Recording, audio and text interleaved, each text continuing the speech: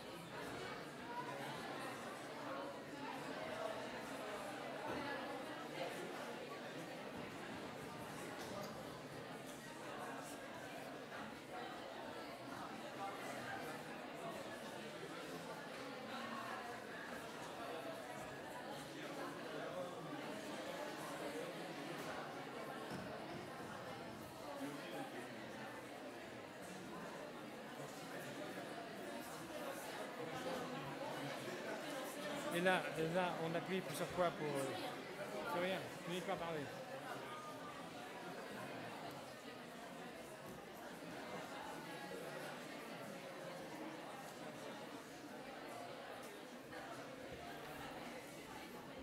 On commence?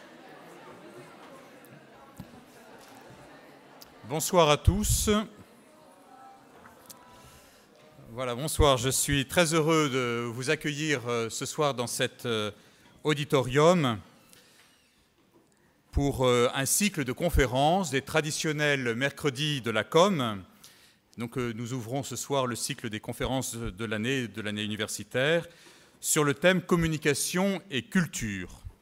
Et ce soir, donc, nous avons le plaisir et le grand honneur de recevoir Michel Vieviorka, sociologue bien connu. Je n'ai pas besoin de le présenter, mais je crois que monsieur le professeur Le Charbonnier en dira quand même un petit mot d'introduction à la conférence.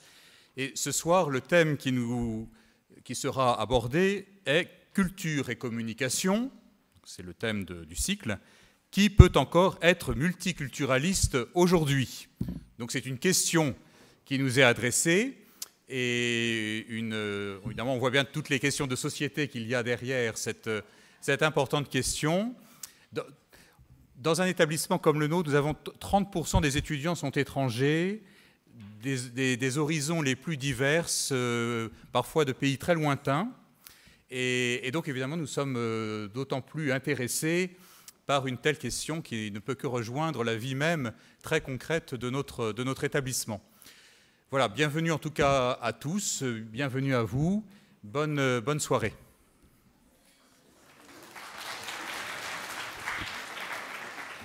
Merci, monsieur le recteur. Et bientôt et rapidement, je vais donner la parole à notre conférencier et ami Michel Vieviorka. Michel est un ami de longue date et un chercheur avec qui j'ai eu la chance de collaborer à différents thèmes, dont celui de la diversité et du multiculturalisme. Et il y a 6 mois, lorsque j'ai pris contact avec lui pour lui demander s'il accepterait de d'inaugurer ce cycle de conférences, eh bien, justement, il m'a suggéré le multiculturalisme comme thème. Ce multiculturalisme était déjà naturellement très d'actualité il y a 6 mois, mais il l'est encore plus aujourd'hui. C'est, je dirais, une façon de réfléchir à l'avenir de notre société. On peut ne pas être d'accord tous les uns avec les autres, et on ne l'est pas les uns avec les autres, mais il est important justement de pouvoir réfléchir à ce type de thématiques qui, notamment pour les jeunes qui sont présents ici, sont la construction même de ce que sera leur avenir de citoyens en particulier. Nous nous sommes connus il y a une quinzaine d'années autour du CRAN, le Conseil représentatif des associations noires, dont le président fondateur Patrick Lozès est ici présent. Merci Patrick d'être des nôtres. Et ce conseil scientifique réunissait des personnes d'orientation très différentes à tous les points de vue, tant sur le plan idéologique que sur le plan, je dirais, conceptuel et disciplinaire. Il y avait un démographe comme Hervé Lebras, par exemple. Il y avait une historienne de l'Afrique comme notre amie Catherine Kokrit-Vidrovitch. Il y avait également quelqu'un qui, aujourd'hui, fait de la politique, qui s'appelle donc Pape Ndiaye. Voilà. Donc nous étions un groupe de personnes, encore une fois, historiens, sociologues, démographes, enfin, et nous cherchions, en fin de compte, et c'est là que Michel m'a beaucoup appris, parce qu'on n'est pas venu avec nos vérités, nous sommes venus avec nos interrogations, et de ces interrogations, on n'a même pas essayé d'en faire une vérité, mais on a essayé d'en faire une interrogation, une réflexion encore poussée à un niveau supérieur qui permettait d'ailleurs d'éclairer les politiques qui très souvent nous interrogeaient donc sur ces questions-là et que notamment tu conseilles et que tu as conseillé. Voilà. Donc en fait, je dirais que Michel, c'est un peu le discours de la méthode en sociologie, mais une sociologie tournée vers l'action. Et c'est donc une sociologie qui n'est pas simplement, si vous voulez, donc de compilation, mais au contraire qui va vers le monde et qui va vers le monde non seulement actuel, mais le monde qui est en devenir. Je remercie notamment notre doyenne, Cécile Collangeon, la doyenne de la faculté des lettres, qui nous a rejoints ce soir et qui a beaucoup aidé à l'organisation de ces conférences. Pierre Tcherkessov, le doyen de la faculté des sciences économiques et sociales, devait être là, mais il fait court en ce moment. Et donc, il n'est pas là, mais il est tout à fait présent de notre côté, ainsi que mon ami et compagnon en toute chose dans le master, Romain Huet. Et Romain Huet, que tu connais sans doute, n'est-ce pas, et qui est aussi un chercheur de l'action, puisque, en fin de compte, quand il part en vacances en Syrie, en Irak ou bien en Ukraine. Voilà, donc, ce qui est tout à fait extraordinaire. Enfin, sache que grâce à Michael Bourgat, ici présent, la recherche au niveau de l'Infocom est en train de progresser d'un grand pas. Et donc, un de tes thèmes en particulier, autour de la question de la violence, n'est-ce pas, fait partie de un des cœurs de la recherche ici en Infocom. Voilà. Bon, mais merci, excuse-moi d'avoir trop parlé, mais j'avais envie de dire cela de tout cœur.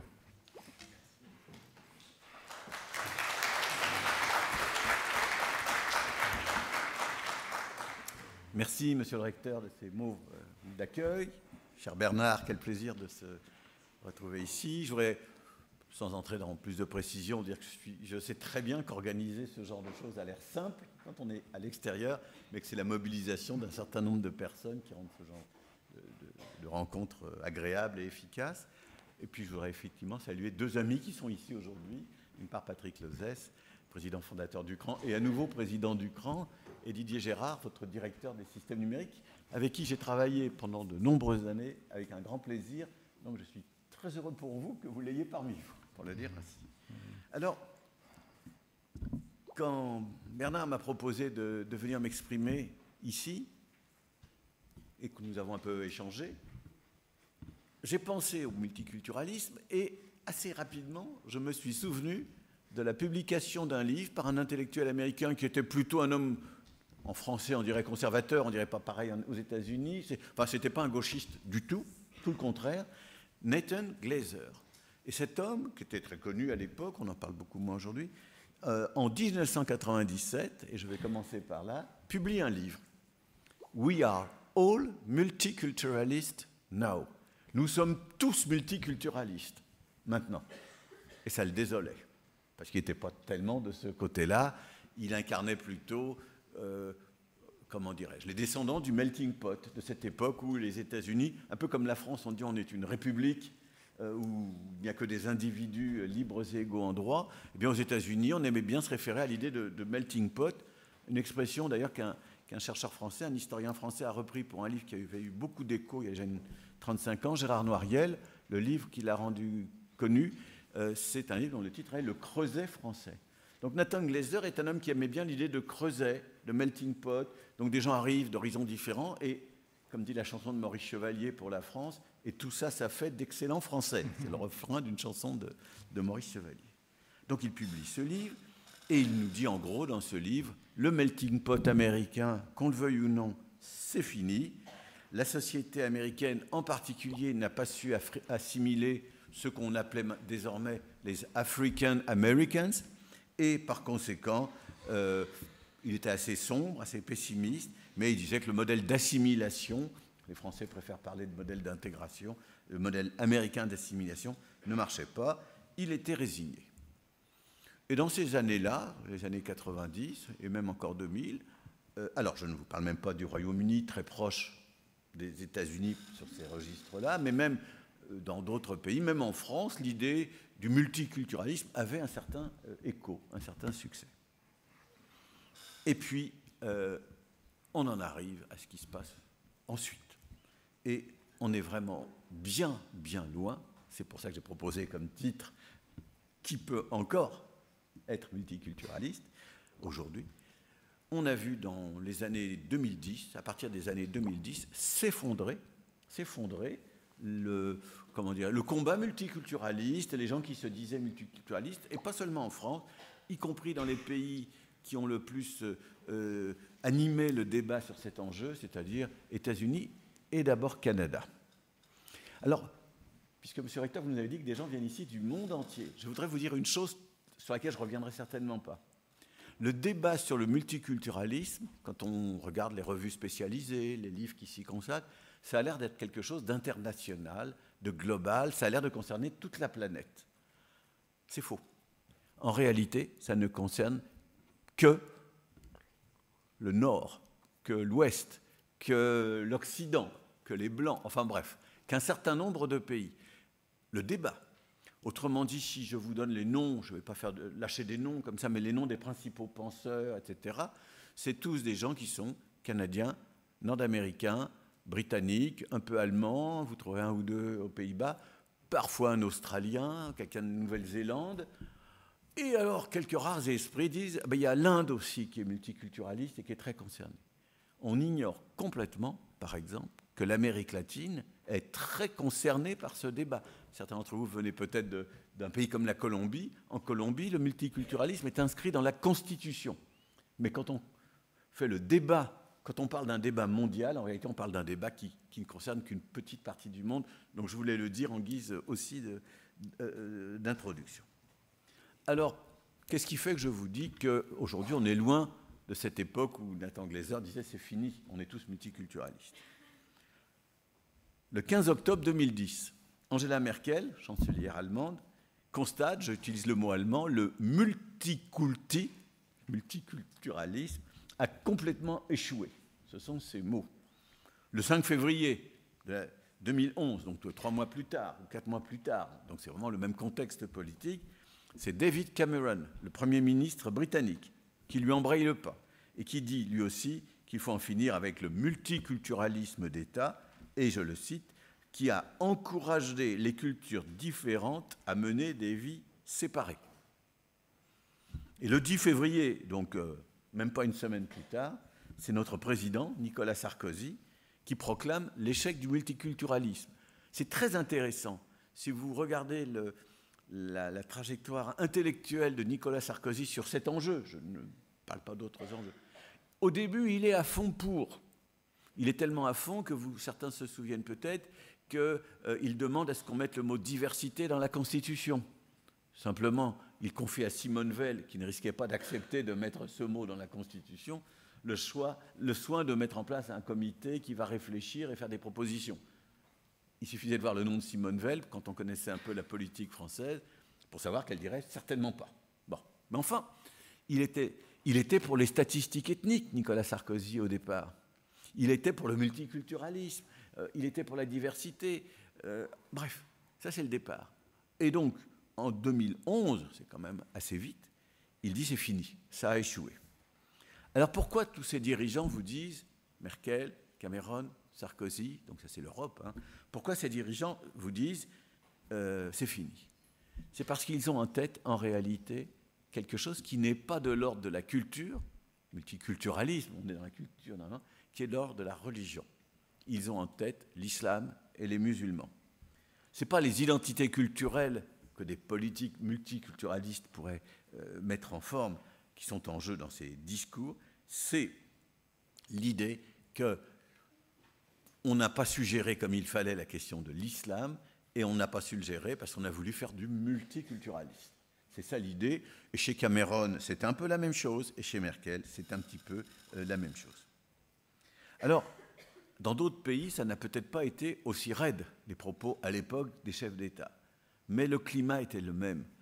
L'idée que le multiculturalisme, vous êtes aux États-Unis, au Canada, c'est pas que c'est un échec complet, mais c'est un semi-échec. Alors on peut dire que c'est un semi-succès.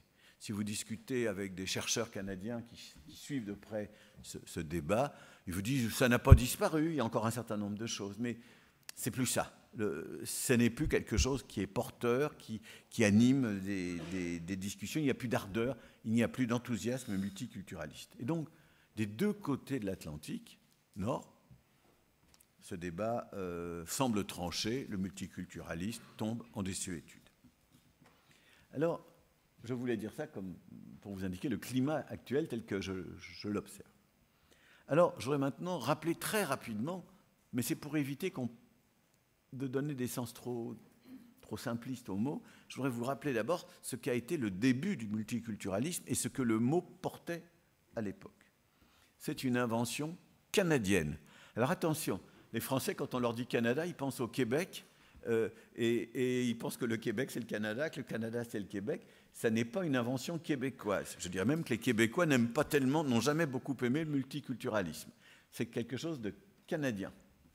Et donc, ça date des années 60, quand commence à se former un discours dans lequel la francophonie, la présence de gens qui parlent français, qui se réclament d'une histoire qui a quelque chose à voir avec la France, quand cet univers-là se réveille. Il y a eu un réveil francophone au Québec dans les années 60 et encore plus 70. C'est d'ailleurs pas le seul réveil, mais enfin, c'est un réveil important. Et évidemment, ça pose des problèmes politiques, et le gouvernement décide à l'époque de mettre en place une commission qui va faire un rapport sur le bilinguisme et le biculturalisme. Il y a deux langues, l'anglais et le français, et il y a deux cultures, francophones, anglophones. Et les gens qui font ce rapport, qui sont très intelligents, disent « Mais attendez, il n'y a pas que ça. Alors si on commence à regarder ces affaires-là, il y a aussi des minorités. Il y a d'abord des... Alors il y a tout un vocabulaire pour ça, je ne serais pas forcément politiquement correct. Hein. Nation première, pas des Indiens qui étaient là avant tout le monde.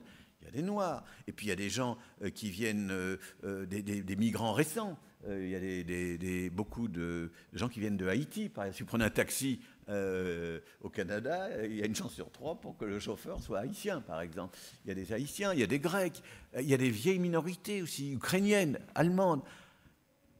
Et l'idée un peu perverse des gens qui font ce rapport sur le biculturalisme et le binationalisme, c'est de dire attention, il faut faire quelque chose qui prenne en compte le multiculturalisme, la pluralité, la diversité des cultures. Pourquoi c'est un peu pervers ?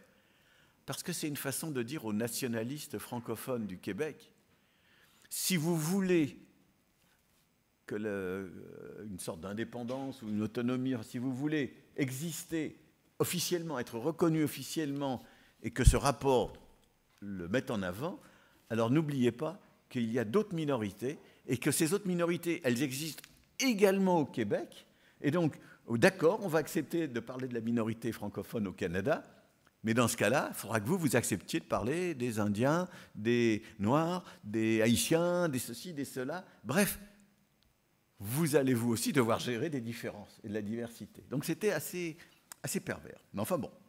Donc toujours est-il que l'idée apparaît, et là, assez rapidement, c'est donc dans ce rapport, et ça va donc proposer, et c'est ça ce que veut dire le mot multiculturalisme, ça va proposer un traitement politique, juridique, institutionnel de la diversité culturelle.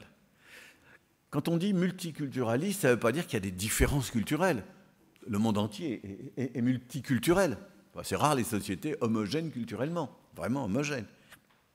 Mais quand on dit multiculturaliste, ça veut dire qu'on renvoie à un traitement politique, institutionnel. C'est qui peut être à l'échelle d'un pays, mais c'est parfois aussi à l'échelle d'une ville. Je me souviens, par exemple, que Daniel Cohn-Bendit, dont beaucoup d'entre vous connaissez le nom, Daniel Cohn-Bendit a été connu justement dans ces années 90, quand il était adjoint au maire de Francfort, chargé de la politique multiculturaliste. Donc une ville, Francfort, demande à une personnalité politique de s'occuper du multiculturalisme. Et tout de suite apparaît quelque chose de très important. C'est qu'il y a deux conceptions possibles pour des politiques de type multiculturaliste. Pourquoi ? Parce que ce sont des politiques qui peuvent ou non prendre en charge dans un même mouvement les questions d'identité culturelle, donc dont on reconnaît une langue, une histoire, des traditions, des coutumes, etc. Et le fait que les gens qui portent ces identités culturelles, qui sont souvent des minorités, et des petites minorités même, ces gens-là peuvent avoir des difficultés sociales. Et donc, il y a deux types de politiques multiculturalistes. Les unes prennent en charge en même temps les questions de reconnaissance culturelle et les questions de difficultés sociales. On peut parler d'un multiculturalisme intégré, si vous voulez. Et les autres disent, la question culturelle est une chose, la question des injustices et des inégalités sociales en est une autre. Et donc, ce seront des politiques qui sépareront les registres. Si je ne suis pas clair de cette manière-là, je pense l'être beaucoup plus si je vous donne un exemple très simple. Dans ces années, donc à partir des années 70, aux États-Unis, le mouvement devient très puissant en faveur d'un multiculturalisme, justement, qui n'est pas intégré, qui dissocie la question sociale et la question culturelle. Et pour donner un exemple très concret, ce sont des politiques très visibles dans les universités américaines. Pas dans toutes, mais dans beaucoup. Alors qu'est-ce qui se passe ? Vous avez d'un côté des gens qui disent il faut, alors non pas des quotas, il n'y a jamais eu de quotas vraiment aux États-Unis, mais des choses qui s'en rapprochent. Il faut que parmi nos étudiants, dans le corps enseignant, il y ait un certain pourcentage d'African American pour compenser les injustices structurelles. Ce sont des personnes qui, de par leur histoire, de par leur appartenance à une communauté, ont moins de chances que d'autres d'entrer dans une université, eh bien on va compenser ce déficit structurel initial par une sorte de volontarisme. On va faire de l'équité, mot qui va remplacer un peu l'idée d'égalité. Et donc, par exemple, on va dire il faudrait qu'à l'horizon de telle année, il y ait tant % d'étudiants africains-américains dans notre université. Aux États-Unis, on fait des statistiques ethniques, c'est même obligatoire souvent, donc ce n'est pas du tout vécu comme un problème. Ça, c'est social. On ne dit pas les africains-américains, ce sont des gens qui ont une histoire, une culture, non. On dit ils sont victimes d'injustices sociales, structurelles. Et puis en même temps, les mêmes universités vont dire il faut quand même reconnaître qu'il y a une culture africaine-américaine, par exemple. On va ouvrir un département, on étudiera la littérature africaine, la musique, le jazz, les liens historiques anciens avec l'Afrique, ce qui s'est passé en Afrique, l'histoire de l'Afrique, etc. Parce que contrairement à ce qu'a pu dire M. Guénaud, à l'époque conseiller de Nicolas Sarkozy, l'Afrique a une histoire, c'est pas un pays sans histoire. Et donc, on va créer un département qui reconnaîtra l'existence d'une culture africaine-américaine. Vous voyez, ce sont deux choses complémentaires, mais différentes. C'est une chose de dire on répond à des injustices sociales, Alors, on peut être d'accord ou pas, hein, je ne suis pas en train de vous dire c'est ce qu'il faut faire, je vous dis la façon dont le problème se posait. On peut dire il faut compenser les injustices sociales, et on peut dire il faut reconnaître l'existence de culture. Donc c'est ça l'idée, alors qu'au Canada, c'est beaucoup plus intégré pour les minorités concernées.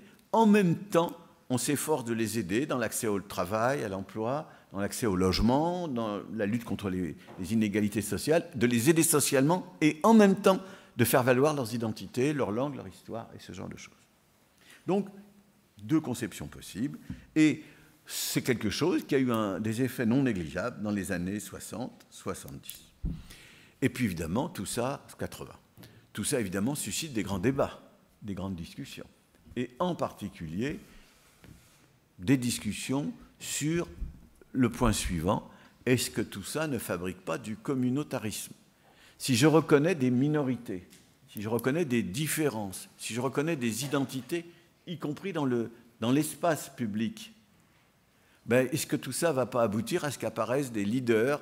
Est-ce que tout ça ne va pas renforcer dans des cultures traditionnelles la domination des hommes sur les femmes, etc. Et donc, commence à monter l'idée que le multiculturalisme, ça comporte le risque d'être négateur des droits individuels, des droits de l'homme, si vous voulez, ou des droits humains. Et donc, le débat va se construire sur cette idée que le multiculturalisme peut conduire au communautarisme. Aujourd'hui, on dit parfois le séparatisme. Donc, il y a des grands débats, des grands débats dans les années 70, 80, et des beaux débats. C'est vraiment intéressant comme débat, parce qu'il y a des grands esprits qui y participent. Ce n'est pas le lieu aujourd'hui d'être plus précis, mais c'est vraiment des débats qui ont de l'allure, et puis qui, à partir des années 90, vont commencer à tourner court, parce que c'est un peu répétitif. Je me souviens d'un des protagonistes de ces débats, qui est un bon philosophe américain, certains d'entre vous connaissez son nom, Michael Walzer. Alors Michael Walzer, un jour, j'ai lu un article de lui très drôle, je crois que c'était dans la revue Esprit, où il dit, écoutez, voilà, moi, j'en ai assez de ce débat, ça tourne en rond, ça me casse les pieds.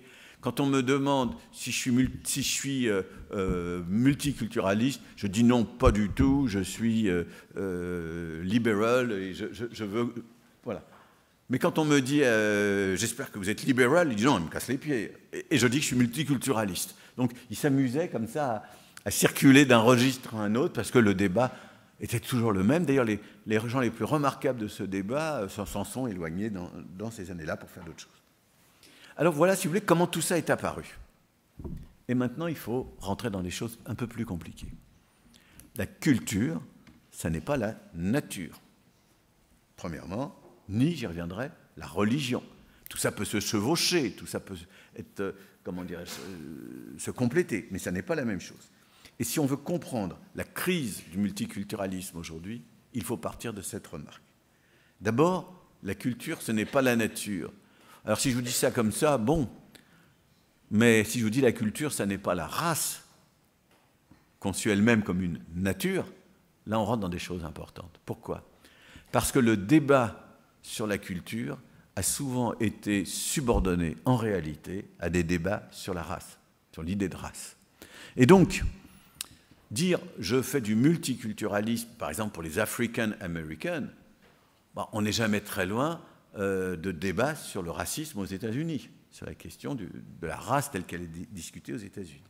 Et donc, quand une politique... alors, les dimensions sociales des politiques de multiculturalisme aux États-Unis, elles ont un nom, affirmative action. Les Français ont traduit ça par discrimination positive, ce qui en dit long sur l'intérêt positif que les Français avaient pour cette idée. Si on vous parle de discrimination positive, vous ne pouvez pas avoir beaucoup d'enthousiasme. Mais enfin bon. Donc l'affirmative action, c'est-à-dire des mesures sociales pour ceux qui souffrent d'injustices structurelles, bah, c'est fait bien sûr pour aller vers plus d'égalité, pour plus de justice sociale, si vous voulez. Mais enfin, ça a pu apparaître très vite comme une action antiraciste, comme une action de lutte contre les discriminations. Et plus on va dans ce sens, plus on s'éloigne de l'idée de culture. Car la race, ce n'est pas la culture, c'est la nature. Enfin, la race pour les racistes, bien sûr. Et donc, si vous voulez, on reviendra là-dessus sur le débat sur la notion de race. Mais enfin, plus on rentre dans des discussions sur le racisme, et plus l'idée multiculturaliste semble inopérante, ne pas être à sa place. Or, la question, elle était quand même d'abord celle du racisme. Alors, au passage, j'ai oublié de vous le dire tout à l'heure, je le dis maintenant, il n'y a jamais eu de quota aux États-Unis. On n'a pas dit il faut 15% de tel groupe, 12% de tel autre, etc. Moi, il m'est arrivé comme universitaire, c'est peut-être arrivé à un de mes collègues qui sont ici, qu'on me dit voilà, notre université, une université américaine, voudrait recruter un professeur dans votre discipline. Si vous avez des noms à nous recommander, c'est très bien. Nous avons une politique d'affirmative action, mais pas de quota. Donc, ne nous dites pas la couleur de la peau des personnes que vous recommandez. Enfin, ce serait pas mal si vous nous recommandiez des personnes qui sont plutôt susceptibles d'être concernées. C'est ça. J'ai reçu des choses comme ça. Il y avait hier la même chose pour le genre, pour les femmes. Ce serait, on n'a pas de quota homme-femme, mais ce serait pas mal si vous nous recommandiez plutôt des femmes. Voilà. C'était des politiques plus douces, si je peux dire, dans leur formulation, parce qu'il y avait eu un arrêt très célèbre qui a été commenté par d'innombrables juristes ou philosophes du droit américain, qui est l'arrêt Bakke. Alors là, excusez-moi, je navigue un peu, mais c'est des choses très importantes et très intéressantes. L'arrêt Bakke, c'est l'histoire suivante. Un jeune blanc se présente dans une université de Californie, je crois, pour faire des études de médecine. Et on lui dit « Ah, monsieur, vous n'avez pas de chance. Si vous étiez African-American, il y aurait de la place pour vous, avec notre politique d'affirmative action. Mais malheureusement, vous êtes blanc, donc on ne peut pas vous inscrire. » Et donc le type, il est allé devant les tribunaux. Alors aux États-Unis, vous savez, il y a toute une... C'est comme en France, enfin, ça monte, et un beau jour, ça s'est trouvé devant la Cour suprême. Et le jugement de la Cour suprême, je le résume un peu sommairement, a consisté à dire il est interdit de faire des quotas, mais on recommande chaudement aux universités de se débrouiller pour faire des choses qui s'en rapprochent. C'était ça, en gros, le message de l'arrêt qui porte le nom de Bakke, du nom de cet étudiant. Bon, c'est un arrêt très célèbre. Donc, tout ça surgit dans des contextes où, d'un côté, on parle beaucoup de race, et où, en même temps, s'il s'agit de la vie universitaire, on voit apparaître des recherches qui renvoient à l'idée de la fragmentation sociale et culturelle du pays, les États-Unis, des idées qui valent aussi beaucoup pour la France. C'est l'époque où on voit apparaître aux États-Unis des gens qui créent des départements d'études coréennes, d'études juives, d'études japonaises, d'études ceci. Enfin, chaque minorité a son département ou presque, est susceptible d'avoir son département. Et donc, c'est les studies, si vous voulez. Et ce n'est pas simplement d'ailleurs par minorité, c'est aussi sur certaines thématiques. Genocide studies, les études du génocide. Bon. Et donc, post-colonial studies, enfin bref, on rentre dans une époque où la recherche et la vie universitaire, en même temps qu'elle est, comment dirais-je, soumise, si je peux dire, surdéterminée par des questions de race, elle est en même temps en train de voir ce qu'on peut appeler la culture se fragmenter et s'éloigner des valeurs universelles. Si vous êtes spécialiste des études coréennes, par exemple, vous ne vous intéresserez pas à des discussions générales. Et si vous visitez une librairie américaine, une librairie universitaire américaine, pour un sociologue de la vieille école comme moi, c'est dramatique. Vous allez au rayon général pour dire, alors qu'est-ce qui se fait en sociologie? Alors il y a des livres poussiéreux qui datent des années 60, du fonctionnalisme, les vieux courants. Et puis il n'y a rien d'autre. Et puis quelques classiques, Max Weber, Émile Durkheim, bon. Ben, rien d'autre, rien de neuf, rien de frais. Et puis vous avancez, et puis alors là, Korean Studies, Indian Studies, African American Studies, Postcolonial Studies, etc. Alors là, autant que vous voulez. Le savoir se compartimente, et donc en même temps que monte la question de la race, monte aussi cette fragmentation culturelle qui correspond à des questions que se posent les gens, bien sûr, mais qui ne correspond pas vraiment à des demandes de multiculturalisme. Hein, ça complique encore un petit peu le paysage. Alors, je ne rentre pas dans le détail, mais plus la question du racisme l'emporte, c'est mon premier point important, plus elle s'impose dans le débat américain et par rapport au débat sur le multiculturalisme, et plus elle rend difficile des politiques multiculturalistes dans la mesure où celles-ci se veulent tempérées, raisonnables, négociatrices, acceptant des compromis. Car le débat sur la question du racisme se raidit aux États-Unis comme ailleurs, et on assiste non pas tant à des gens qui demandent la reconnaissance dans l'université ou ailleurs de différences entre guillemets raciales qui pourraient faire l'objet d'un traitement qui a quand même un sens universel. On observe une radicalisation du débat et là, une quasi-impossibilité à accepter des traitements, j'ai envie de dire, plus démocratiques du type multiculturaliste. On pourrait faire des comparaisons un peu du même ordre avec tout ce qui touche au genre, mais ce n'est pas l'objet pour aujourd'hui. Donc, c'est un premier point qui va jouer surtout aux États-Unis, beaucoup moins en Europe, sauf peut-être au Royaume-Uni. Mais il y a un deuxième problème qui surgit et qui est celui que j'ai déjà évoqué quand j'ai évoqué Cameron, Merkel ou Sarkozy, la question de l'islam. Très franchement, si vous êtes en 2000 en France et que vous dites quels sont les grands problèmes de type culturel, racisme, religieux, etc., qui méritent un grand débat, il n'y a pas grand-chose en termes vraiment culturels. Il n'y a pas beaucoup d'enjeux culturels. Par contre, il y a la question du racisme, je viens d'en parler, et puis il y a la question de l'islam. Alors, une religion peut avoir des dimensions culturelles. C'est-à-dire la vie de quelqu'un qui est musulman, ou chrétien, ou juif, ou ceci, cela, peu importe, la vie de cette personne, ses habitudes alimentaires, sa façon de se vêtir, etc., aura quelque chose de culturel qui a à voir avec une religion. Mais c'est quand même pas la même chose. Hein, on ne peut pas confondre les registres. Et ce qui s'est passé dans toute l'Europe, c'est la montée de la question de l'islam dans le débat public. Et évidemment, on ne traite pas l'islam en termes multiculturalistes. On ne veut pas dire on va reconnaître une spécificité culturelle de l'islam dans l'espace public. Bien sûr qu'il y en a, mais ce n'est pas ça le débat.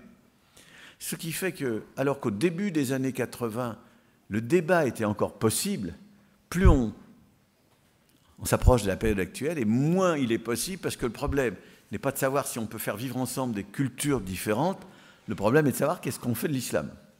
Je simplifie, mais c'est pour indiquer la nature du débat. Au début, donc, il se disait des choses qui montraient que le débat pouvait être raisonnable, politique et, je dirais, de qualité. Je me souviens en particulier d'un personnage que beaucoup d'entre vous connaissez, Régis Debray. Au milieu des années 80, il publie un article dans le Nouvel Observateur qui va avoir un énorme impact et qui va être repris, il va en faire un livre d'ailleurs. Enfin, et la question qu'il pose, c'est est-ce que nous sommes démocrates ou est-ce que nous sommes républicains? Alors, quelle est l'idée de Régis Debray quand il pose cette question? Dans son vocabulaire de l'époque, être démocrate, c'est être en faveur de mesures de type multiculturaliste.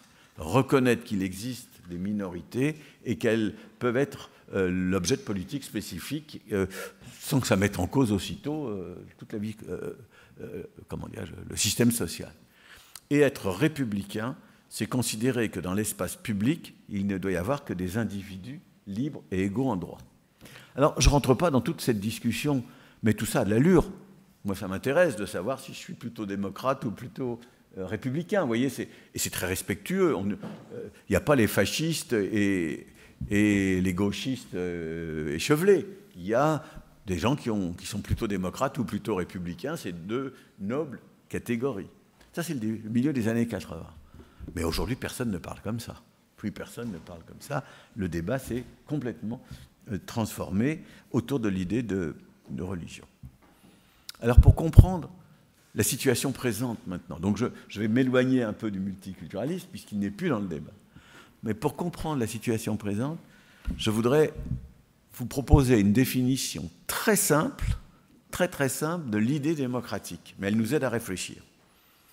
L'idée démocratique, c'est la seule idée qui permette de tenir compte d'un fait capital, c'est qu'une société est à la fois une et plurielle.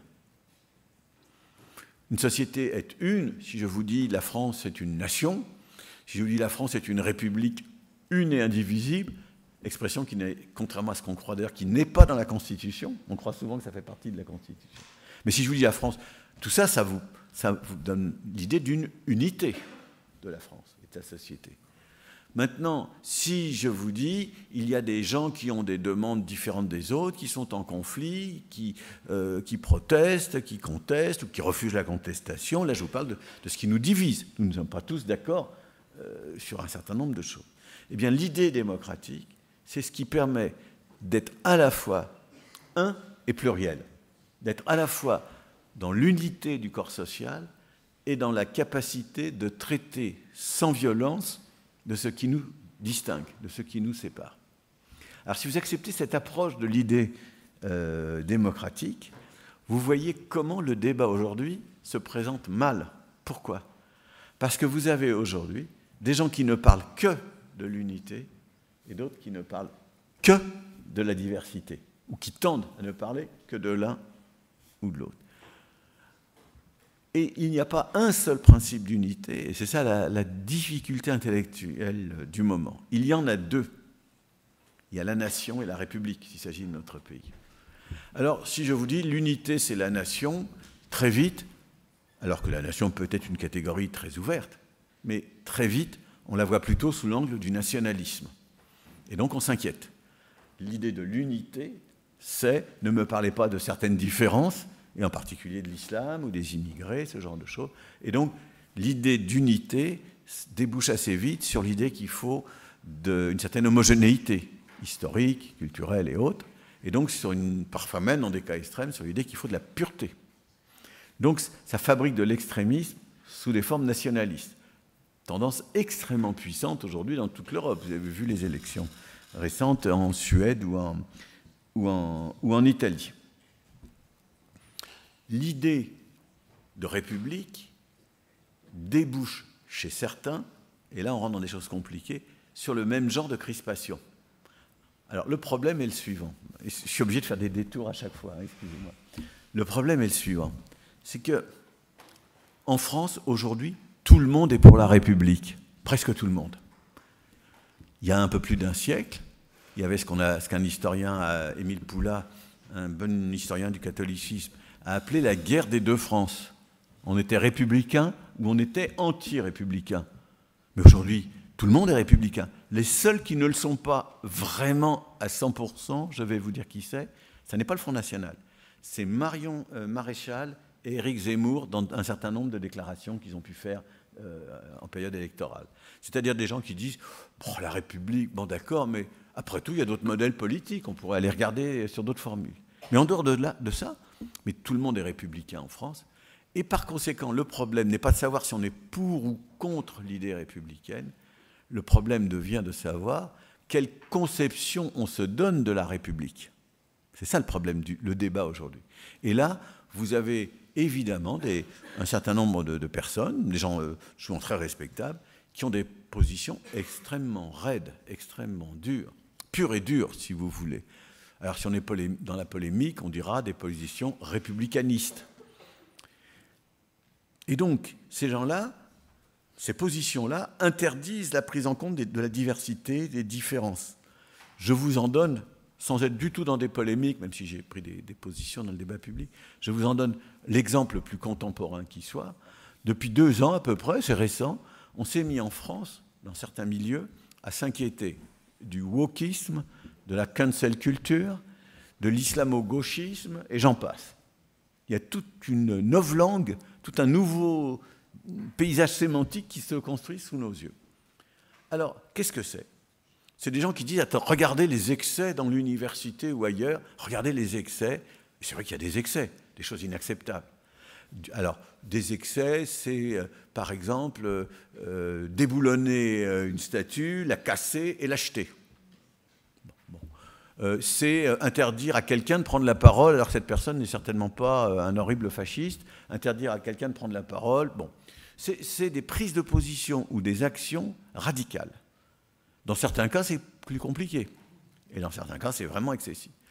Et donc, ceux qui vont dénoncer le wokisme, c'est-à-dire ce genre de choses, les mêmes souvent qui vont dénoncer l'islamo-gauchisme dans l'université. Alors, l'université, je peux vous dire, enfin, on est ici dans un havre, je tiens à le dire, monsieur le recteur, j'adore votre université parce que je la trouve vraiment très différente du reste du système. Mais enfin, l'université, disons, publique française, elle a bien des problèmes mais pas l'islamo-gauchisme. Enfin, bon, etc. Et donc, on durcit les choses. On prend des cas extrêmes, des excès qui existent, hein, que je ne vais pas défendre, des dérives et autres, pour jeter le bébé avec l'eau du bain. Et pour dire, ne me parlez pas des minorités, ne me parlez pas des discriminations, ne me parlez pas de ce que demande tel ou tel groupe en termes de reconnaissance, etc. Parce que ça mène aussitôt à la cancel culture. La cancel culture, c'est la culture de l'annulation. C'est-à-dire, comme vous savez, il y a déjà assez longtemps, les talibans s'étaient fait connaître, je crois que c'était au début des années 2000, en bombardant des statues de Bouddha en Afghanistan. Voilà, on supprime les statues de Bouddha et on a réglé le problème. Donc l'annulation. Bon, toutes ces choses-là, ça peut être catastrophique et exister, et c'est pas moi qui défendrais l'annulation. Mais il ne faut pas aller trop loin non plus. Et donc, il y a dans le débat public français aujourd'hui des positions qui, au nom de l'idée républicaine, et en critiquant à juste titre certaines dérives ou certains excès, aboutissent à refuser en réalité d'entendre la voix, la contestation de ceux qui représentent d'une manière ou d'une autre des morceaux de diversité. Donc vous voyez, ce problème unité et pluralisme, il n'est pas si simple que ça. Et donc un républicanisme extrême ou un nationalisme plus ou moins marqué rendent impossible le traitement démocratique des différences. Mais symétriquement, s'il n'y a pas de principe d'unité, s'il n'y a que des différences dans une société, c'est le chaos, c'est la violence, et dans chaque groupe, c'est la domination d'un leader sur le reste du groupe, des hommes sur les femmes, et ce genre de choses. Et donc, la difficulté que pouvait prétendre régler en son temps le multiculturalisme, c'était un peu ça, trouver une espèce de chemin qui permettait de prendre en compte en même temps la nécessité d'être dans une seule et unique société et de reconnaître qu'il y a des groupes qui ont des demandes particulières d'un type ou d'un autre. Et donc, j'espère avoir été clair, parce que je pense que le temps a passé, je n'ai pas surveillé l'heure, mais j'espère avoir été clair. Je pense que le multiculturalisme a essayé, avant l'islam, avant la poussée des débats sur le racisme, a essayé d'apporter une réponse. Alors, ça n'a pas marché, et on peut évidemment dire que les problèmes ne sont pas réglés, mais se demander pourquoi, finalement, ça n'a pas marché. Alors, je vais conclure par ça, justement. Je crois que les difficultés, c'est quoi? C'est d'abord que le multiculturalisme, je vous ai dit, c'est un traitement juridique, politique, institutionnel. Ça propose des normes, ça propose des règles, ça fige les choses. Et dès qu'on fige les choses dans ces questions-là, on risque d'aller vers des catastrophes. Parce que dès qu'il y a des règles, des normes, des quotas ou des choses qui s'en rapprochent, des procédures, on installe les enjeux à un certain niveau, appelons-le institutionnel. Ça n'est pas le niveau qui correspond à tout ce qui pousse dans la société. Les gens qui veulent qu'on les traite autrement et qu'on considère une histoire, qu'on considère une langue, etc., autrement, leur problème ne peut pas simplement être traité par une loi, par une institution, par des mesures et des procédures. Et donc, le problème du multiculturalisme, c'est qu'en disant on va reconnaître des groupes, on va reconnaître des minorités, eh bien, il s'est enfermé en quelque sorte dans des problèmes insolubles. Qui appartient à la minorité? Qui a le droit de bénéficier de telle ou telle mesure particulière? Qui est dedans? Qui est dehors? Et puis une fois que des gens ont le pouvoir dans une minorité parce qu'ils sont reconnus, est-ce qu'évidemment ils vont vouloir renforcer leur emprise, leur pouvoir sur leur groupe? Donc ça fige les choses. Et donc tout ça fabrique des groupes de pression, tout ça fabrique des lobbies, tout ça fabrique de la domination, tout ça fabrique des jeux qui ne répondent pas parfaitement aux problèmes. Et donc ce qui aurait pu être un progrès ne l'est pas, parce que la démocratie, telle que j'ai essayé de vous la présenter, c'est la capacité en permanence d'obtenir plus de droits. C'est la capacité d'augmenter les droits. Il y a une phrase très belle de Hannah Arendt, la grande philosophe. Elle dit l'essentiel, c'est de faire en sorte que soit satisfait le droit d'avoir des droits. Le multiculturalisme, il ne vous donne pas le droit d'avoir des droits. Il vous donne des droits, mais il les fige. Et après, il ne répond pas forcément au problème. Ce qui fait d'ailleurs qu'un des plus beaux penseurs de tout ça, c'est un très très grand philosophe, il s'appelle Charles Taylor, c'est quelqu'un de remarquable. Charles Taylor a publié un essai qu'il a intitulé « Multiculturalisme ». Et si vous lisez attentivement son essai, à la fin, il dit, en gros, je ne suis pas multiculturaliste, il faut trouver autre chose, il faut penser autrement. Et donc, si vous voulez, je conclus là-dessus, l'idée multiculturaliste a été un progrès dans le débat. Elle a permis de formuler le débat, de poser certaines questions, c'est ce que j'ai essayé de vous indiquer. Et puis, il est arrivé un moment où elle était débordée parce que les enjeux n'étaient plus la culture au sens des différences culturelles, mais la race d'un côté, la religion d'un autre. Et quand on y réfléchit à nouveau frais, en quelque sorte, on voit bien que c'était aussi une façon de réfléchir qui figeait trop les choses pour être vraiment satisfaisante dans un monde où tout change très très vite. Voilà ce que je voulais vous proposer pour ouvrir votre cycle cette année. Merci de votre patience.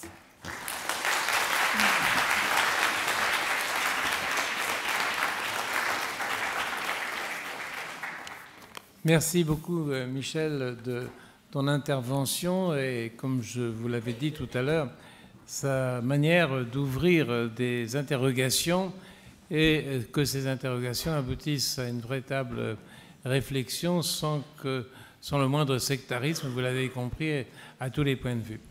Alors maintenant, j'aimerais que nos étudiants puissent s'exprimer et notamment solliciter Michel sur tel ou tel point de son discours ou d'autres questions qui y sont liées.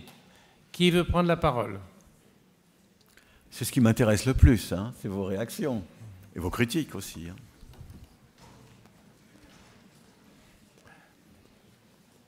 Alors,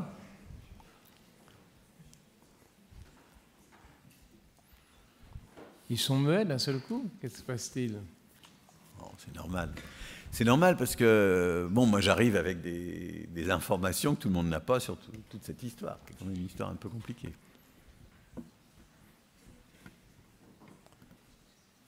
À qui?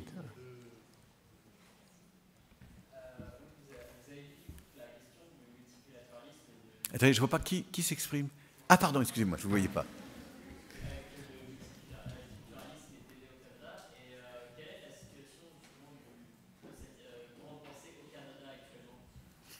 Alors, je n'ai pas une réponse très précise à vous faire, mais en gros, ce qui compte... Alors, comme courant de pensée, on n'en parle plus, pratiquement plus. Comme pratique, ça existe encore, mais, comment dirais-je, beaucoup moins que dans la période enthousiaste des années 70 ou 80. Il y a eu quelque chose de très intéressant au Canada dans les années 2005, par là, 2010 peut-être, c'est que... on a voulu trouver autre chose que le multiculturalisme, justement parce que c'était un peu épuisé. Et on a sorti une expression que vous avez peut-être entendue, on va faire des accommodements raisonnables. Alors je vais vous en dire un mot parce que ça a été une façon d'être multiculturaliste. Mais quelle est l'idée? L'idée, c'est si on est de bonne volonté, eh bien on arrive à trouver une articulation entre l'universalisme d'un côté et le respect des particularismes d'un autre côté. Alors je vous donne l'exemple le plus souvent cité parce qu'il est très parlant. Il y a un débat qui s'ouvre donc à ce sujet à propos des jeunes Sikhs. Alors les Sikhs, c'est une population qui est très présente surtout au nord de l'Inde, mais il y a pas mal d'immigrés Sikhs au Canada. Et ce sont des gens qui, entre autres choses, alors ne se coupent pas les cheveux, ce genre, un Sikh est très visible physiquement dans l'espace public, et quand un jeune Sikh atteint, je crois, 14 ou 15 ans, donc il devient adulte, il a le droit et peut-être même le devoir de se balader avec un couteau dans la ceinture. Puis ce n'est pas des petits couteaux, hein, c'est pas un canif. Enfin, vous êtes directeur d'école au Canada, voir se pointer des élèves avec des grands couteaux, enfin je demande à votre recteur ce qu'il en penserait, il ne serait pas forcément d'accord. Donc d'un côté, au nom des valeurs universelles, le respect de la sécurité de tous, etc., pas question d'accepter ça. Mais au nom du droit à la différence, de la reconnaissance, le côté reconnaissance d'une culture, il faut trouver quelque chose. eh ben, ils ont inventé quelque chose. Ils ont dit, les jeunes garçons peuvent venir à l'école avec leur couteau, mais le couteau, il est dans un fourreau, et le fourreau est fermé de telle sorte qu'ils ne peuvent pas sortir le couteau.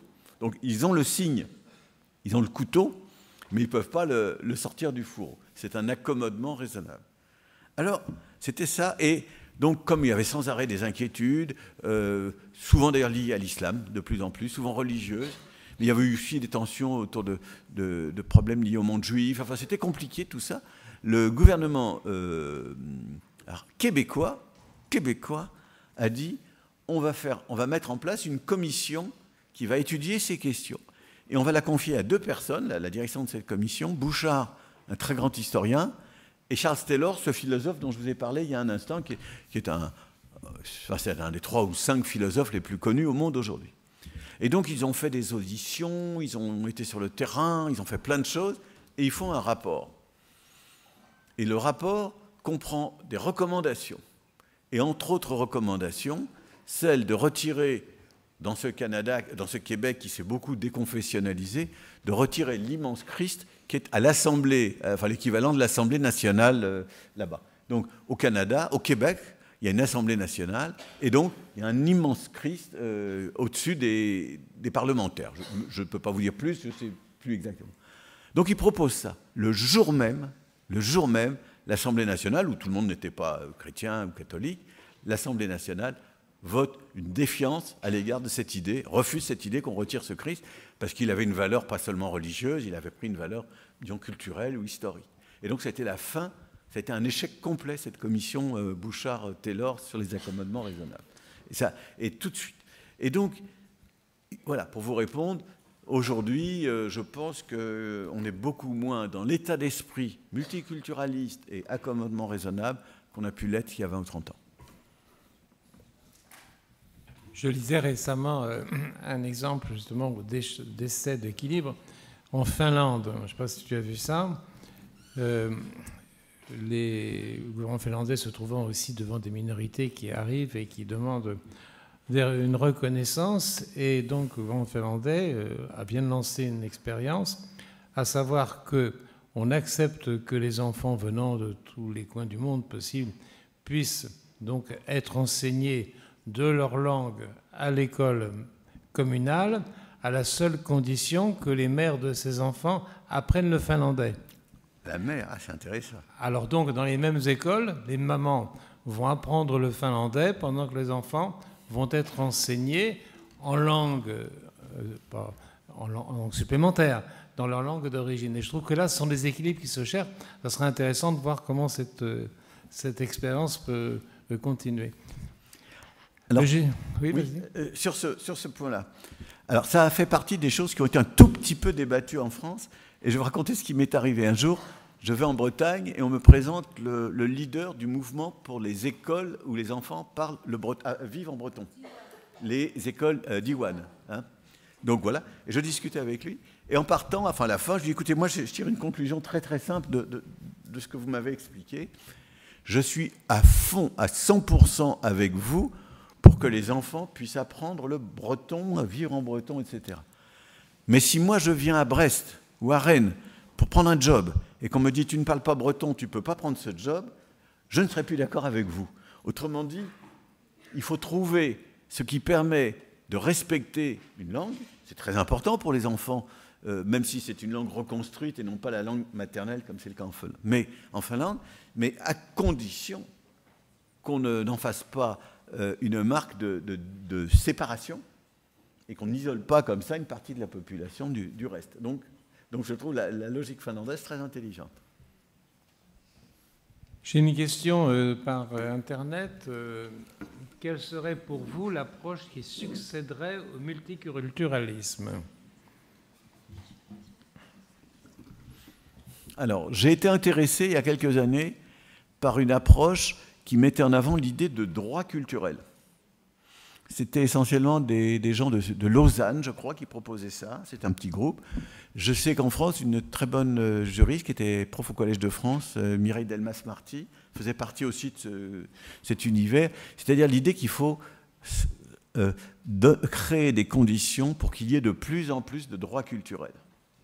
Donc ça m'a semblé intelligent, c'est-à-dire non pas, on n'attribue pas à une minorité, quelle qu'elle soit, des droits, on attribue la possibilité à chacun de bénéficier d'un droit, ce qui n'est pas exactement la même chose. Mais il n'y a pas de réponse. Par contre, ce que je pense vital, c'est pour ça que je suis très content de pouvoir m'exprimer ici devant vous, ce qui me semble vital, c'est de refuser cette situation qui est très française, et pas seulement aujourd'hui, de polarisation, où on est obligé d'être soit hyper républicain, ou nationaliste, ou les deux, ou sinon d'être radical dans les demandes liées à une minorité quelle qu'elle soit. Je pense que c'est mortel pour la démocratie et pour nous tous. Et donc, le challenge pour nous, donc je n'ai pas de réponse pratique, mais je vois l'état d'esprit qui devrait guider la réflexion, c'est trouver, à la finlandaise, trouver ce qui permet de respecter à la fois l'unité, la nation, la République, les valeurs universelles d'un côté, et la reconnaissance de particularismes, quel qu'il soit. Comment les articuler, alors qu'aujourd'hui, la tendance, elle est à opposer les choses et à raidir le débat, et ça donne quand même des choses qui peuvent être catastrophiques. Pardonne-moi, Bernard, il y a une question par ici. Bonsoir, j'avais juste une question en fait par rapport du coup multiculturel. Oula, pardon, excusez-moi. Non, on va en venir au fait. Est-ce que parfois, dans certains cas, ça ne créer pas plus de division? Il n'y aurait pas un risque au final de provoquer la division? Voilà. Alors là, moi, je n'ai pas voulu vous rentrer trop dans le débat sur pour ou contre, les avantages, les inconvénients. Mais vous avez raison, c'est un risque. C'est un risque. C'est-à-dire, à partir du moment où vous dites tel groupe a tel avantage ou telle reconnaissance, vous fractionnez la société. Et à partir du moment où vous avez une image trop fractionnée de la société, les gens ne se parlent plus, ils sont dans leur silo, si vous voulez, ils sont dans leur communauté, et ça, c'est très dangereux. Donc, vous avez raison, c'est un des dangers qui a été pointé. Et vous savez, quand dans une société, les groupes ne se parlent plus, on a très vite des violences. Donc voilà, ça, c'est un danger. Mais les gens qui ont, les meilleurs philosophes qui se sont intéressés au multiculturalisme ont proposé justement, alors par exemple, un des meilleurs, c'est un Canadien qui s'appelle Will Kymlicka, c'est un nom qu'il faut connaître, si on s'intéresse à cette question. Et Kymlicka a proposé un multiculturalisme qu'il a appelé « liberal » en anglais. Si je devais traduire ça en français, je dirais « bien tempéré », c'est-à-dire de la reconnaissance, mais on ne laisse pas les choses déraper et s'éloigner des valeurs universelles. C'est ça la difficulté. Il y a une autre question, Bernard. Oui, plutôt, vous avez parlé de la question de droit culturel comme succession au multiculturalisme. Est-ce que vous pouvez revenir sur cette notion? Qu'est-ce que vous entendez par droit culturel? C'est-à-dire le droit de dire je veux que mes enfants apprennent telle langue, je veux qu'ils connaissent telle histoire, je veux qu'ils connaissent telle forme de musique, je veux qu'ils puissent manger de telle manière, etc. Ça, c'est culturel. Ça peut être religieux aussi, mais enfin, c'est culturel. C'est un droit, c'est-à-dire on ne dit pas tel groupe est reconnu et par conséquent dans tel groupe on mangera de telle façon, on s'habillera de telle façon, etc. Mais c'est l'idée que chaque individu peut se doter d'une identité à laquelle sont liés des droits qui sont proposés. Je ne peux pas être beaucoup plus précis, il faudrait retrouver, mais c'est ce genre de façon de réfléchir qui essaie de lier la personne singulière, sa subjectivité, ses choix, à l'idée d'appartenance à un groupe. Le danger du multiculturalisme buté, si vous voulez, replié sur lui-même, c'est la négation de l'individu. Quand il y a des droits culturels affectés aux individus, c'est autre chose. C'est un peu ça, cette manière de réfléchir. Il faut retrouver, ça se trouve sur Internet, les gens de Lausanne qui ont lancé cette idée. Si vous tapez sur Google « droit culturel », je crois que c'est Lausanne, vous trouverez des choses. Moi, je voulais témoigner d'une chose avant d'être professeur ici. J'ai fait ma carrière à Paris 13, donc dans les banlieues nord, et donc avec des étudiants qui étaient tous, ou quasiment tous, issus de l'immigration et vivant dans les quartiers. Et quand je suis arrivé ici, j'avais devant un public qui est celui-ci tout à fait différent. Et souvent, j'ai comparé les réflexions, les interrogations que se posaient ces publics là-bas avec celui d'ici. Et je me suis rendu compte qu'il y avait des recoupements possibles. Mais je n'ai jamais réussi à organiser, et c'est une chose que je voudrais faire, je ne sais pas comment, mais l'idée, je la lance à nos collègues ici, ça serait effectivement parfois de faire des rencontres entre les étudiants de la banlieue nord et d'ici, qui s'apercevraient que même s'ils n'ont pas la même couleur de peau, ils se ressemblent énormément, qu'ils ont les mêmes interrogations fondamentales sur l'avenir, qui est la chose la plus importante, et qu'ils pourraient résoudre ensemble des questions, éventuellement avec notre aide, mais encore que, pour préparer justement un avenir commun. Et je suis étonné toujours qu'il y ait cette séparation qu'on n'arrive pas à résoudre, alors qu'elle est en fait tellement simple à faire. Et peut-être que notre ancien membre du conseil scientifique, qui aujourd'hui était une tâche particulièrement élevée, pourrait reprendre une idée pareille. Ah, quand tu parles de ce conseil scientifique, tu parles du ministre Papa Ndiaye. Ouais. Je pense que le ministre Papa Ndiaye a des choses très proches à dire des valeurs qui sont au cœur du multiculturalisme ou de la façon de traiter, d'envisager ces questions-là. Mais je pense que comme ministre de l'Éducation, il faut d'abord qu'il s'occupe des salaires des enseignants, du contenu des programmes. Enfin bref, il a des choses très très lourdes et avant de s'engager sur des chemins qui sont en plus très, très conflictuels. Très conflictuels. Il y a une question. Oui, bonsoir. Alors, il me semble que vous avez dit que le multiculturalisme avait un pan juridique, mais je me demandais si ça signifiait que l'un des aboutissements du multiculturalisme, ce serait un traitement juridique différent selon la culture des gens. C'est-à-dire que si vous avez une loi qui dit on va donner tel droit à telle minorité, ça va dans le sens de ce que vous venez d'évoquer. C'est-à-dire, vous pouvez avoir des lois qui prévoient... Bon, je vous donne un exemple américain. Aux États-Unis, les lois sur l'affirmative action, qui fait partie du paysage du multiculturalisme, des lois ont dit il est interdit, par exemple, de faire un appel d'offres qui ne privilégierait pas les hispaniques ou les gens de minorité, parmi les entrepreneurs qui répondraient. Bon, c'est dans la loi.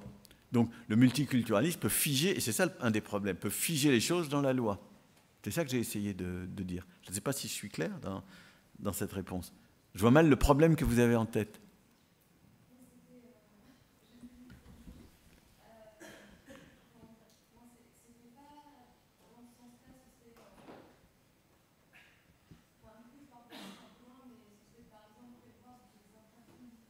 Des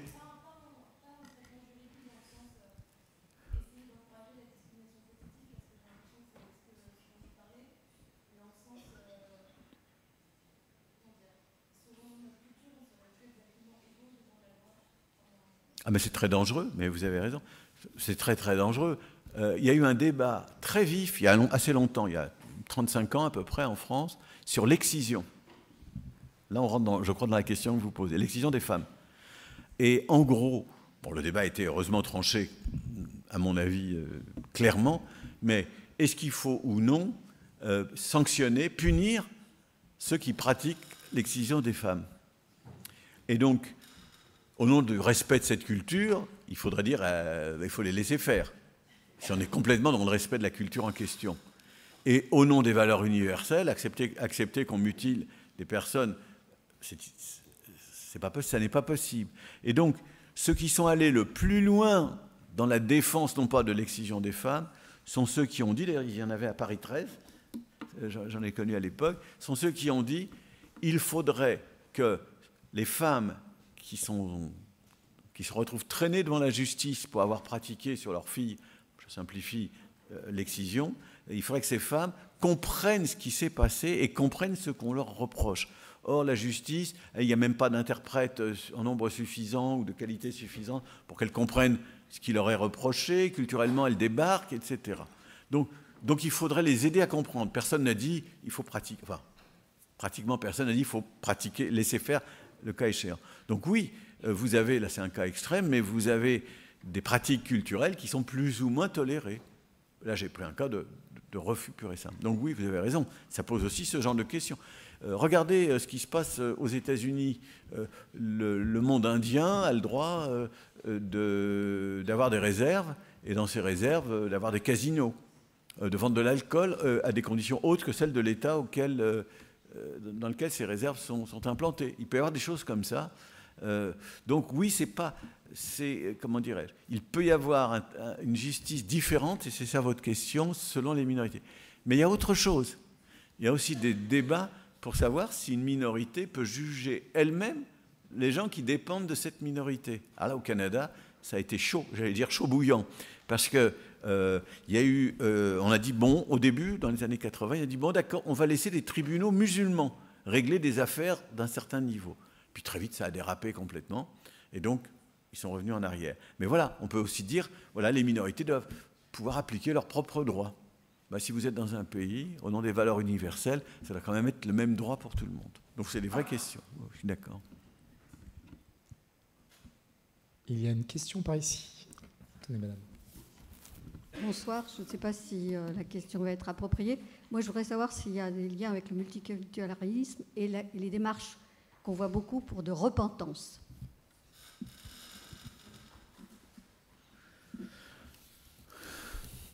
Il n'y a pas de lien qui me vienne à l'esprit immédiatement. Mais le lien, je vais vous dire comment je le ferai. Les démarches de repentance, ce sont des démarches dans lesquelles, enfin je pense que c'est ça que vous avez en tête, dans lesquelles un chef d'État, un responsable, un haut dignitaire, peu importe, fait connaître publiquement ses regrets, sa honte d'avoir commis ou laissé commettre des horreurs historiques. Massacrer une minorité, un génocide, des massacres de masse, des choses comme ça. C'est ça que vous avez en tête, je pense ? Voilà. Or, c'est pour ça qu'on arrive à ça, il arrive un moment où cette repentance a quelque chose à voir avec auprès de qui on demande pardon, par exemple. Est-ce que je demande pardon à des personnes singulières ou est-ce que je demande pardon à une collectivité ? Alors si ce genre de questions vous intéresse, il y a un livre extraordinaire que je voudrais citer qui s'appelle « Retour à Lemberg ». Certains d'entre vous ont peut-être lu ce livre. C'est le meilleur livre que j'ai lu depuis 10 ans, donc je peux me permettre de cette recommandation. L'auteur s'appelle Philippe Zands, S-A-N-D ou D-S peut-être. « Retour à Lemberg ». Lemberg, c'est cette ville d'Ukraine qu'on appelle aujourd'hui Lviv. Alors voilà, pourquoi je vous en parle. Au début, ce livre est né du fait que cet auteur est un juif dont la famille vient de Lemberg. Donc il a voulu reconstituer l'histoire de sa famille et il s'est aperçu d'une chose passionnante. C'est que cette ville de Lemberg avait donné naissance à 2 très grands juristes. L'un s'appelait Lautersprach, je ne me souviens pas du nom exact, mais quelque chose, et l'autre, beaucoup plus connu,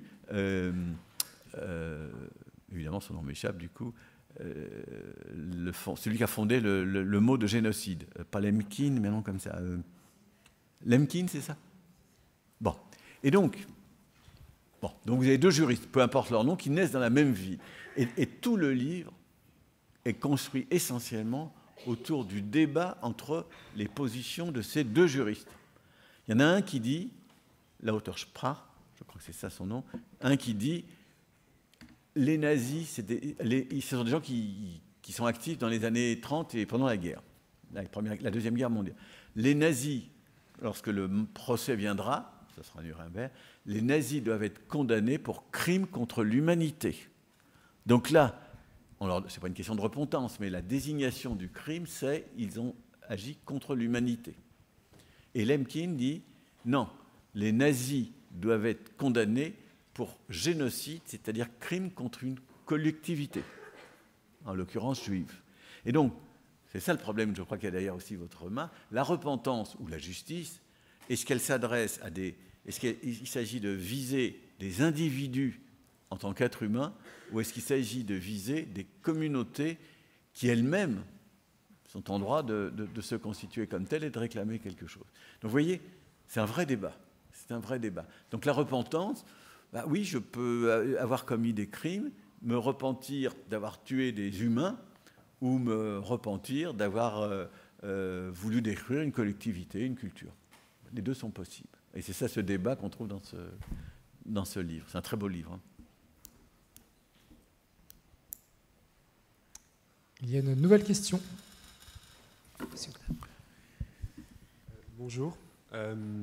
J'ai une question du coup. Selon vous, est-ce que multiculturalisme rime nécessairement avec progressisme et toutes les dérives que cela peut engendrer, voilà. Écoutez, je suis prudent, je suis nuancé. Et donc, ça ne rime pas nécessairement avec progressisme, mais ça peut rimer avec progressisme. Et donc, c'est, comment vous dire, il faut qu'il y ait un débat avant que les politiques qui soient mis. Il y a deux conditions. Il faut qu'il y ait un débat, il y a trois conditions même. Si vous voulez mettre en place des politiques multiculturalistes, il faut faire de l'expérimentation à petite échelle. Qu'est-ce que ça donne? Au lieu de tout de suite dire c'est valable pour tout le pays. 2, une fois que vous l'aurez fait, il faut mettre en place des évaluations. Au bout de 5 ans ou 3 ans, bilan. Et 3, entre les deux, eh ben oui, il faut s'assurer que ça a été dans le sens du progrès, c'est-à-dire que ça n'a pas mis en cause quoi que ce soit du point de vue de la démocratie, de l'unité du pays, etc. Et ça a permis à des personnes et à des groupes de mieux vivre, sans préjudice pour d'autres. Donc, c'est comme ça que je réfléchirais. Autrement dit, il faut qu'il y ait débat, évaluation, expérimentation, et donc il faut qu'il y ait des procédures démocratiques qui entourent la mise en place de ce genre de politique, qui peut être très positive. Dans l'ensemble, je vous dirais que le multiculturalisme aux États-Unis a quand même eu des résultats plutôt positifs. Mais je ne vous dirai, je ne me transformerai pas en guerrier du multiculturalisme en vous disant c'est la panacée. C'est pas vrai. Ça peut aussi aboutir à des catastrophes. Mais c'est très intéressant, quelque chose que je viens de remarquer. Vous êtes 3 ou 4 pour qui le mot même de multiculturalisme, vous avez de la peine à le sortir de la bouche. Pas vous seulement, mais à 2 ou 3 reprises. Ça veut vraiment dire que les Français ne sont pas tellement de ce côté-là. Hein. Enfin, qu'en France, on n'est pas tellement de ce côté-là. Il y a une nouvelle question. Bonsoir, vous avez beaucoup parlé d'échec du multiculturalisme. Est-ce qu'il y a des exemples de réussite? Bien sûr. Bien sûr, mais souvent, c'est à 2 faces. Il y a une dimension de réussite et une dimension d'échec. J'ai un très bon ami qui s'appelle William Wilson. Il y a quelques années, c'était le sociologue américain le plus cité aux États-Unis. Les Français le connaissaient très peu. Encore qu'il a écrit des choses qui ont été traduites en français. Et j'ai souvent parlé avec lui, et il me disait, j'ai bénéficié de politiques de type multiculturaliste. Je ne saurais jamais si j'ai réussi parce que je suis noir ou parce que je suis bon. Donc, il a peut-être réussi pour l'un, pour l'autre ou pour les deux. Je ne sais pas, lui non plus. Mais c'est très frustrant hein, de se dire j'ai réussi parce que j'ai bénéficié d'une politique, mais je ne suis pas meilleur que d'autres. Ou au contraire de dire j'ai réussi parce que je suis bon, donc meilleur que d'autres, et qu'en plus une politique m'a permis de faire valoir mes qualités. Donc voilà, donc ça a des exemples de réussite sociale. Oui, il y en a beaucoup. On pourrait, aux États-Unis, il y en a énormément. Et après tout, vous savez, si un jour il y a eu Obama à la présidence des États-Unis, c'est aussi parce qu'il y avait eu des progrès. Il faut bien voir qu'aux États-Unis, ça s'est mis en place dans la foulée des années 60 et après la retombée du mouvement pour les droits civiques. Donc ça a relancé en quelque sorte une machine progressiste. Et donc beaucoup de gens en ont bénéficié. Et vous avez aujourd'hui aux États-Unis une middle class africaine-américaine qui n'existait pas il y a 50 ou 60 ans. Donc, et ça y a contribué. Donc je pense que ça a eu des effets positifs. Mais je ne vous dis pas, c'est quand même ce que disait votre collègue il y a un instant, je ne vous dis pas que c'est toujours progressiste, toujours positif. Mais oui, bien sûr, c'est quand même dans l'ensemble plutôt positif. Alors sur Internet, il y a une discussion que je suis autour de l'excision, certains considérant que l'excision n'est pas du tout culturelle, mais religieuse, mais alors qu'elle ne correspond pourtant à aucun texte religieux. Voilà. C'est donc une pratique culturelle prétendue religieuse, mais qui ne l'est pas. Voilà en gros ce qui est dit dans les échanges entre nos auditeurs lointains. Je ne suis pas capable de rentrer dans cette discussion, hein, je vous le dis franchement. Mais ce que je veux dire en tout cas, c'est que ce que nous appelons religieux, c'est quelque chose qui ne se traduit pas simplement, directement pour d'autres cultures. Enfin là, je parle, tu es certainement plus compétent que moi, même pour en discuter. Donc je serais très prudent. Ce que je pense, par contre, c'est qu'il y a toujours des moments où le religieux et le culturel se chevauchent. Vous avez, par exemple, des gens qui respectent certains rites.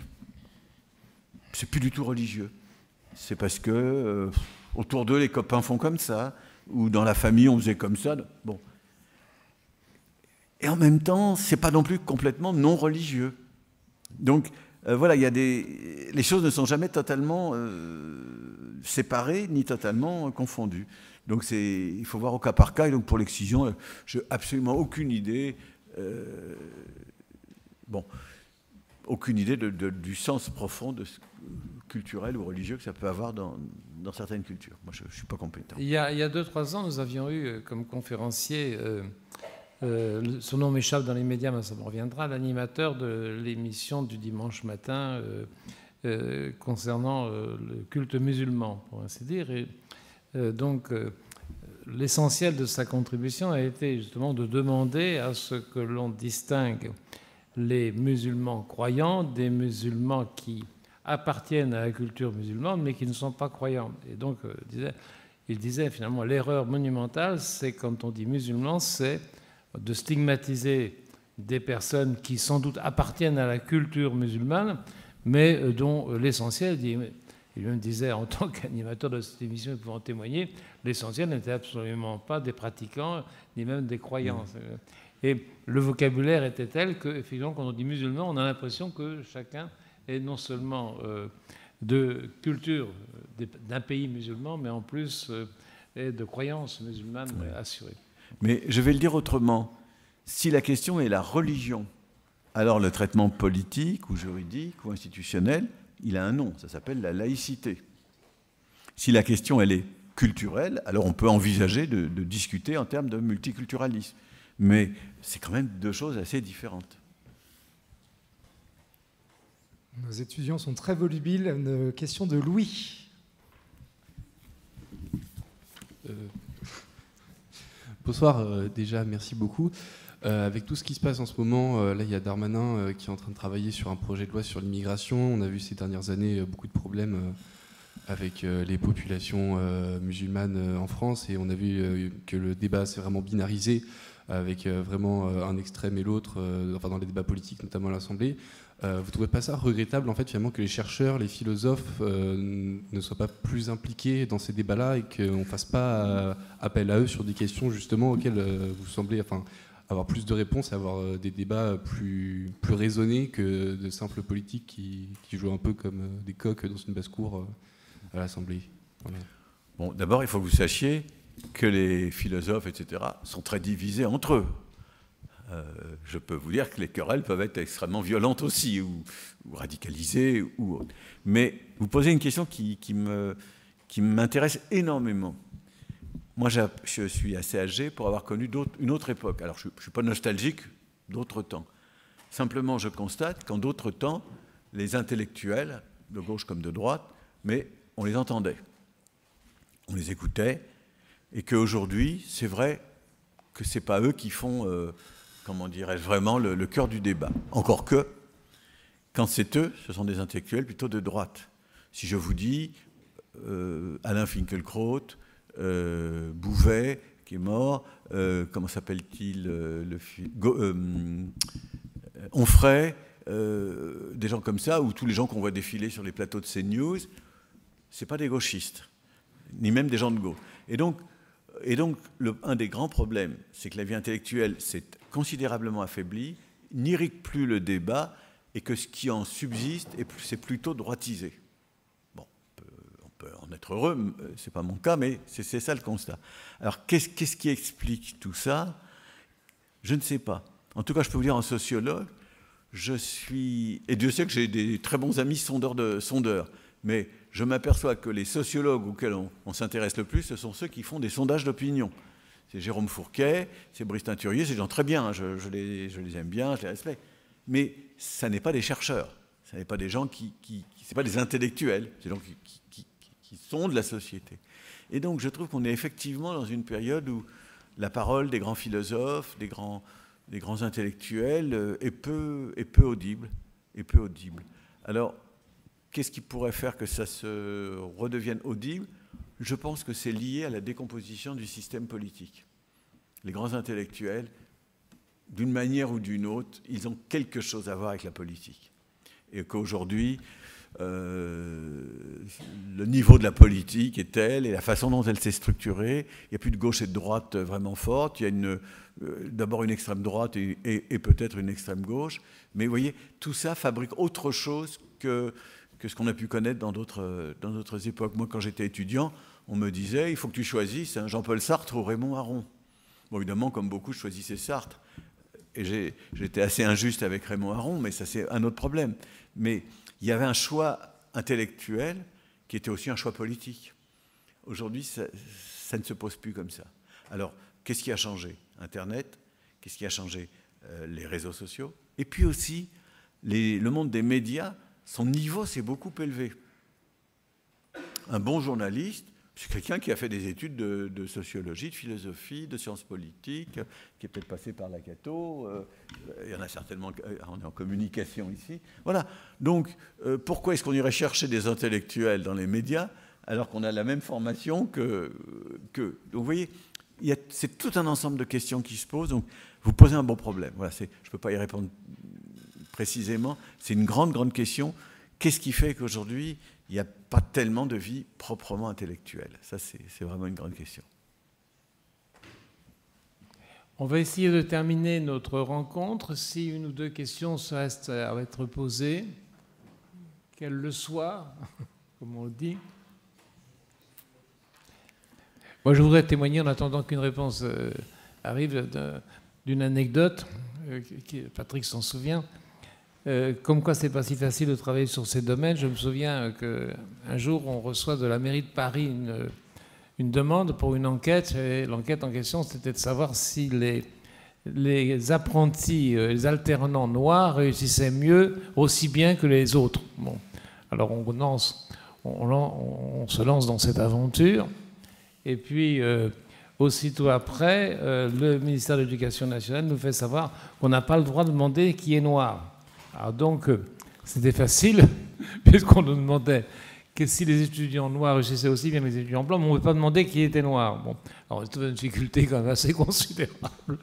Alors finalement, on trouve toujours une solution. En l'occurrence, on a fini par trouver des lycées professionnels où tous étaient noirs, et qu'à ce moment-là, on a fait une étude sur ces étudiants-là pour comparer ensuite à la réussite d'autres lycées professionnels où tous étaient blancs. Voilà. Voici ce genre d'anecdote à laquelle on s'est confronté quand on s'intéresse à ces questions. Bon. Est-ce qu'il y a une autre question un peu en dehors de mon anecdote ? Non ? Je regarde ici. Merci à Michel Vieux-Vorka. Il y a beaucoup de merci qui te sont adressés par Internet.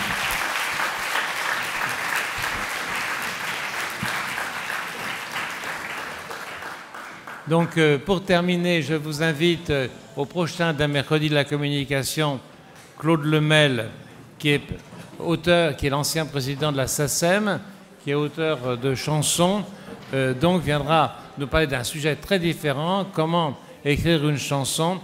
Et pour l'anecdote, c'est moi 30 secondes là-dessus, c'est que quand il était étudiant, Claude habitait le 28 rue d'Assas, dans une chambre de bonne, il était étudiant, et il écrivait des chansons pour quelqu'un qui habitait dans un appartement bourgeois du 28 rue d'Assas, qui était Joe Dassin. Et c'est ainsi que Claude Lemel a écrit tout le répertoire de Joe Dassin juste en face. Voilà, il vous racontera tout ça.